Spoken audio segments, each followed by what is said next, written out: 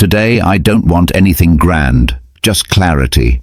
We've been gathering too much stuff, explaining too much, carrying weights we don't even know the origin of, just because we think it has to be hard to be worth it. Today, November 26th, I want to extend a different invitation to you. Shall we test a simple day? Less noise, more you. Forget the big transformations, the cosmic portals, and the endless to-do lists for a minute. What the sky asks for today is honesty, not performance. It's the kind of day to take the pebble out of your shoe instead of trying to climb the mountain. The proposal is to clear the noise. Let's look at your routine right now in the morning and apply just one ruler. If it serves, it stays. If it tightens, it goes. I'm going to show you how to take half a step back to see the picture without drowning in the detail. We are going to choose a single thing, not the loudest one, but the most useful one to resolve today. And we are going to give ourselves permission to leave the rest waiting. No drama, no complicated mysticism, just the basics that work and return the air to your lungs. If it feels light, we proceed. If it weighs heavy, we let go. Shall we simplify? Let's start with the basics. You know instinctively when something has expired in the fridge. You open it, you smell it, and you know. You don't fight with the sour milk. You don't try to convince the yogurt to be fresh again. You don't write a text in your notes app justifying why you are going to throw it away. You simply discard it. It is hygiene, not drama. In life, the rule is the same, but we stubbornly complicate it. Today, the first movement to have a simple day is to recognize the sign that it's past time. This sign doesn't come with fireworks, nor with a Homeric fight. We were trained to think that to end something, a project, a conversation, a commitment, a catastrophe needs to happen. There needs to be crying, screaming, or a very serious reason. But today's energy shows you the opposite. The most reliable sign that something is over is not anger. It is disinterest. You know that Facebook thread that's been sitting there, and every time you see it, you just get this overwhelming sense of, it's not hatred for the person. It's just that the energy doesn't flow anymore. The subject has dried up. You know that appointment you made 2 weeks ago, and now that the day has arrived, you would pay not to go. You know that project idea that seemed brilliant on Sunday but on Tuesday seems heavy and dull. This is your system saying, expired. The problem is that instead of respecting the sign, we try to save the situation. We try to reignite the flame by force. We force ourselves to be nice, to be productive, to be consistent with who we were yesterday. This generates noise. This clogs your day. Today, I want you to use a very simple ruler to measure what stays and what goes. It is the 3-paragraph rule. It works like this. If you need 3 mental paragraphs to justify why you are doing something or why you are going to say no to something, it is because it no longer fits. The truth is short. The honest yes is quick. I want to go. I'll do it. I'm in. The honest no is also quick. I can't. Today doesn't work. But when you start rehearsing the speech, well, you see, I even wanted to, but my week was hard and the traffic and my aunt. Stop. You are trying to wrap your refusal in gift paper so the other person doesn't get upset. Or worse, you are trying to convince yourself that you still want something you no longer want. If it needs a lot of explanation, it is because the soul has already left the room. The second part of the ruler is somatic. It is the body test. Does it breathe better or does it tighten? Do not ignore the intelligence of your stomach. Your body is a sincere animal. It doesn't know how to lie socially. Think about the task you have to do today. Bring its image to your head. Now, what happens to your air? Does the chest open a little? Does the air come in? Is there a feeling of space, even if the task is boring? If so, great. It's useful. It stays. Or does the opposite happen? Does the stomach tie a subtle knot? Does the jaw lock? Does the shoulder go up a centimeter? Does the breathing get short? This is the tightness. The tightness is the body saying, I don't have battery for this. This is toxic for me right now. This diminishes me. Today, the invitation is to respect the tightness. If it tightened, you have two honest options. Cancel, the cleanest option, or renegotiate. Change the deadline. Change the format. Ask for help. What you cannot do today is ignore the tightness and drag it out, because that is where the simple day turns into a dragged-out day. That is where you end Tuesday exhausted with the feeling that you were run over by your own routine. It is not a fight. It is disinterest. It is not drama. It is an expired deadline. Look at your schedule today. Look at the unread messages. Where is the tightness? Where is the long explanation? Be honest. No one is looking. Admit to yourself, this is done. When you clear what has expired from the front, space remains for what is fresh, and what is fresh doesn't weigh. What is fresh helps you walk.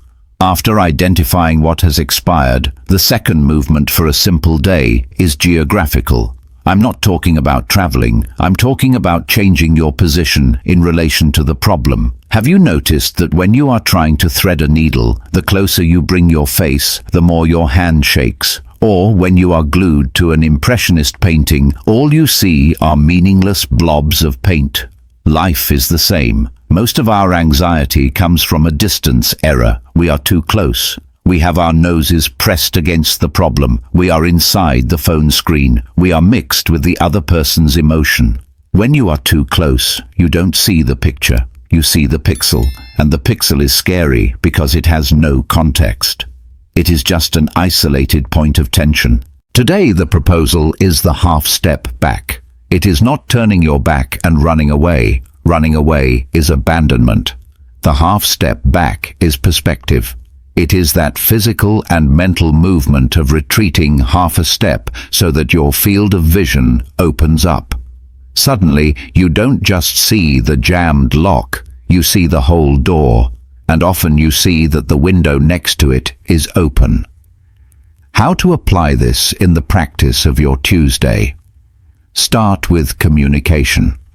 We live in an addiction to immediate response. The phone beeps, the body jumps, someone asks, we answer before thinking. It is the ping-pong of stress. The half step back is the sacred interval between the stimulus and the response. Did a message arrive that irritated you? The impulse is to type fast. Defend yourself. Explain. Attack. Stop. Take half a step back. Put the phone on the table. Look at the ceiling. Breathe deeply once. In that 10-second interval, the anger chemistry drops.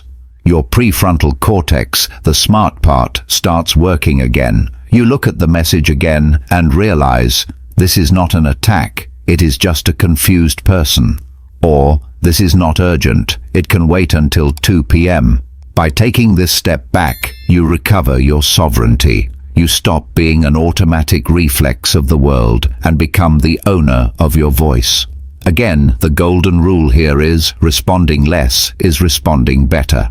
In a hurry, we send 3 confusing audio messages to explain a simple thing. With the retreat, we send a sentence that resolves everything. Haste generates noise. The pause generates precision. The half step back also works for your emotions. You wake up feeling a weight, a sadness, or a diffuse anxiety. If you're too close, you become the anxiety. You say, I am anxious. You merge with the feeling. If you take half a step back, you become the observer. You say, I am feeling a wave of anxiety passing through me. Do you see the difference? It is subtle, but it changes everything. I am traps you. I am feeling frees you because what you feel is temporary, but the one who observes is permanent. Today, try to see your day as a movie. You are not the character running desperately on the screen. You are the director sitting in the chair. The director doesn't run. He observes the scene and says, cut, or continue. When you assume this posture, the world's artificial urgency collapses. You realize that 90% of the things that seem like a matter of life or death in your head are just Tuesday. They are just things happening. This healthy distance is what allows the door to appear. The door, the solution, the exit, the relief is never where we are looking with excessive force. It is in the peripheral vision. It appears when we relax our focus. So today, before diving headfirst into the next task or the next argument, do the test. Push the chair away from the table.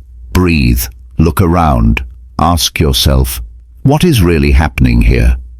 You will see the monster shrink in size. You will see the task is smaller than it seemed.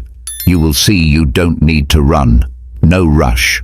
The world waits for your 10 seconds. And the answer you give after this silence will be worth much more than the noise you would make in the rush. Retreat. Breathe. See the picture. The exit is right there. You already cleared what expired. You already took the step back to gain perspective. Now you look at what is left in front of you. Probably it is still a lot. Our natural tendency when we want to simplify is to try to do everything faster. We think a productive day is one where we cross off 10 items from the list. We run, sweat, respond, deliver, and arrive at the end of the day feeling like we were run over by a truck, but with the pride of having been very busy. Today, the proposal is the opposite. Today is not about speed, it is about choice. To have a simple day, you need to accept a mathematical truth. You are not going to do everything. And if you try, you will do everything poorly, or you will do everything at the cost of your sanity. The rule of this chapter is just one thing. But it is not just anything. The secret is not in the number one. It is in the quality of that one. Most people choose what to do based on the scream. The email that arrived with the red urgent stripe, the text message that is beeping, the dishes piled up, the bill due today. These things scream. They hijack your attention by noise, and you spend the day putting out fires, reacting to the loudest scream. Today, I want you to ignore the scream and look for the useful. Choose one thing that pays you back. Most people choose what to do based on the scream. The email that arrived with the red urgent stripe, the text message that is beeping, the dishes piled up, the bill due today. These things scream. They hijack your attention by noise, and you spend the day putting out fires, reacting to the loudest scream. Today, I want you to ignore the scream and look for the useful. Choose one thing that pays you back. What does that mean? There are tasks that are just expenses. You do them, spend energy, and it's over. Washing dishes is an expense, necessary, but an expense. Answering routine emails is an expense. But there are tasks that are investments. They are those things that, after being done, return energy to you. They leave you lighter. They take a mental weight off your shoulders that you had been carrying for weeks. They open a new path. The useful is usually silent. It doesn't beep on the phone. It is that important pending item you are postponing because it requires thinking. It is that text you want to write. It is that difficult conversation that will unlock the project. It is that financial organization that will give you peace for the rest of the month. This single thing has a characteristic.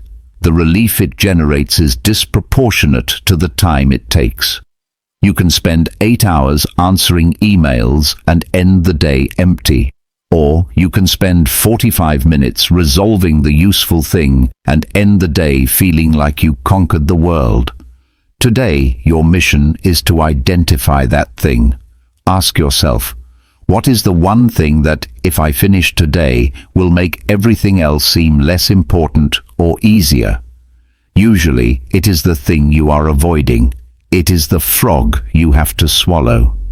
When you choose this single thing, you make a peace agreement with your mind. You say, look, I know there are 10 other pending things, but today my honor commitment is with this one here. The rest is bonus.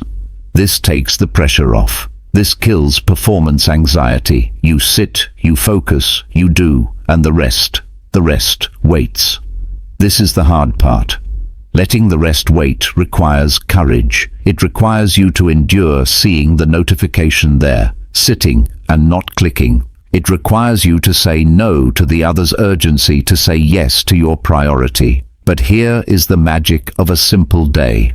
One clear hit is worth more than 5 half starts. It is worth more to finish one important thing with quality, with presence, with your head in the right place, than to start 5 things, leave them all lukewarm, and end the day with a head full of loose ends.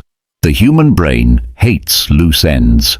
They consume RAM memory. When you close an important cycle, when you finish the single thing, you free up memory. Your processor gets faster, your mood improves, the air comes in. So, look at your Tuesday now, get the noise out of the way. Push others' urgencies to the corner of the table and put your useful target in the center. It can be something small. It can be schedule the doctor. It can be pay the fee. It can be write the paragraph. The size doesn't matter. The weight that comes off your back when you finish matters. Do that thing. Do it well. Do it calmly. And when you finish, feel the payment land in your energetic account. Feel the profit. The day was already worth it. Everything that comes after is profit. This is how we get off the hamster wheel and start walking in a straight line, one right step at a time. After clearing the schedule and choosing the single task, the filter of a simple day reaches the most delicate part. People. Maybe you don't realize it, but a large part of the noise in your life doesn't come from the things you do, but from the interactions you sustain. We were trained to believe that being a good person means being available all the time. It means answering fast, listening to a colleague's 3-hour vent, smiling when you don't want to, and keeping the conversation spinning to avoid the awkwardness of silence. Today, this rule falls. To have a simple day, you need to step down from the stage, and you need to stop being the audience for other people's stages. You will notice that when you decide to simplify life, some relationships start to hiss. These are the connections not based on exchange, but on performance. You know that person who only seeks you out to dump a monologue about their problems? They don't want a conversation. They want an audience. They need you to be there to validate their drama. The moment you decide to stay quiet or say, "I can't listen today," they get offended. They demand. Today, the rule is clear. Whoever needs a stage every minute, not today. It's not that you stop liking the person, it's that today your battery doesn't sustain the theater lighting. You need to save energy. This leads us to the definitive test of relationships in a simple day, the silence test. Think of the people you interact with. Which of them can you stay in silence with in the same room or on the same call without the mood getting heavy? With whom can you simply be without feeling the obligation to fill the void with smart or nice words? These are the people who stay. A good relationship breathes, it has space, it withstands the pause. If silence generates panic, if you feel you need to talk all the time to keep the bond alive, that is not connection, it is effort. And today is not a day for extra effort. Today, give yourself the right to direct conversation. Direct conversation is not rude, it is economical. It is the freedom to say, "I need to focus here right now. Can we talk later?" Without fear that the other person thinks you are angry. It is the freedom to reply to a message with a short and sincere audio note instead of typing a text full of emojis to soften the truth. It is the freedom to not have an opinion on everything. Someone asks you what you think about the controversy of the day, and you answer, "I didn't see it, and today my head is elsewhere." Feel the relief of not needing to have an opinion. Feel the rest of not needing to be interesting. You will realize that by adopting this more retreated and honest posture, a natural sorting happens. People who feed on drama will move away. They will look for another energy source, another lit stage. Let them go. This is not loss, it is hygiene. But the people who really like you, your unedited version, your tired version, your simple version, they will stay. They will understand your rhythm. They might even thank you because your calm gives them permission to rest their performance too. A different kind of affection emerges, affection without demand. It is that message that says, just passing by to say hi, no need to reply. It is the meeting where you can just walk side by side. It is the relationship that doesn't ask you for emotional income tax. Today, surround yourself with those who let you breathe. If someone crowds you, use the half step back. Use the not now. Protect your simple day. Your circle may seem smaller at the end of the day, but it will be infinitely lighter. And whoever stays, it's because they fit in your real life, not just your edited life. When you clear the noise of expired deadlines, step away from drama and choose only what is useful, something curious happens to your mind.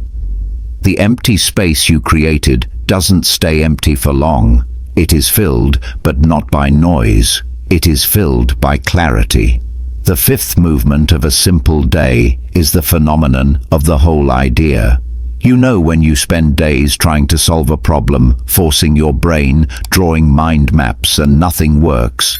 And then the moment you give up and go wash the dishes or take a shower, the answer drops into your lap. It doesn't come in pieces. It doesn't come as a doubt. It comes whole, beginning, middle, and end. This happens because your antenna stopped picking up the static of others' urgency. Today, pay attention to these moments. When the mind goes silent, a solution will appear. It could be an idea for work, an answer to a difficult message, or simply the memory of something you need to do. The rule here is, do not complicate what arrived simple. The tendency of our tired mind is to take this clear idea and start adding, what if? But could it be? Don't do that. When the idea comes, write it down in 2 sentences. Don't write a book. 2 sentences. I will call so-and-so and propose X. I will move the furniture to free up space. And then the most important part, execute the first step today, small and possible. If the idea is to talk to someone, send a hi. If the idea is to write, open the file and put the title. If the idea is to organize, move the first pile of paper out of the way. The whole idea asks for a minimal gesture. It doesn't want you to stop your life to attend to it. It just wants to know if you are listening. When you act fast and small on a clarity you received, you validate your intuition. You feel a quiet satisfaction, very different from tiring euphoria. It is the feeling of fitting into place, no need to force it. If no big idea comes today, that's okay too. The silence is already the answer. But if it comes, receive it with simplicity. Write it down, do the minimum, and move on. No meetings with yourself, no 5-hour strategic planning, just the insight and the action. Simple as that. We have reached the end of the simple day. You cleared what expired, took the step back, chose one useful thing, and sorted the relationships. Now you need to close the door. We are not going to do a complex ritual. Simple days ask for simple endings. If you light candles, chant mantras, or try to create a mood now, you will be adding noise again. You will be performing spirituality instead of just resting. Today's seal is just a marker. It is your body's way of knowing that the shift of trying to control the world is over. Wherever you are, stand up for a minute. It can be in the bedroom, in the kitchen, on the balcony. Stand up. Relax your arms. Do not close your eyes to meditate. Keep your eyes open, soft. Look at your day like someone looking at a room that has just been tidied. Maybe it isn't perfect. Maybe there are still things out of place, but it is habitable. It is lighter than it was in the morning. Breathe deep once. Feel the air enter and exit without effort. And then say the axis phrase a single time aloud, but quietly, just for you to hear. It is not a request to the universe. It is a reminder to your nervous system. Say, I keep what does me good. Stop. Stay in silence for 10 seconds. Let the phrase settle. I keep what does me good. The rest slides off. The rest waits. The rest is not your problem now. Do not repeat. Do not explain why you said that. Do not try to convince anyone. Done. The day is sealed. You took off the load. You did the maintenance. Now you have permission to switch off. If the day became lighter, carry on. If there is still something heavy, let go. Do not take to bed what didn't fit in the day. Remember that simplicity is not a lack of ambition. It is a long-term strategy. When you remove the excess, what remains gains strength. You don't need epic days all the time to build a good life. You need possible days. Days that end with you whole and not shattered. The cure for modern exhaustion is not to stop everything and run away to a mountain. It is learning to live your Tuesday without carrying the weight of the world on your back. Today, you proved it is possible. You proved that the world doesn't end if you say no. You proved that life goes on, even when you slow down. Keep this feeling of space. It is your new standard. Tomorrow, when the noise tries to return, and it will try, you already know the way back to the simple. Tomorrow will see the rest.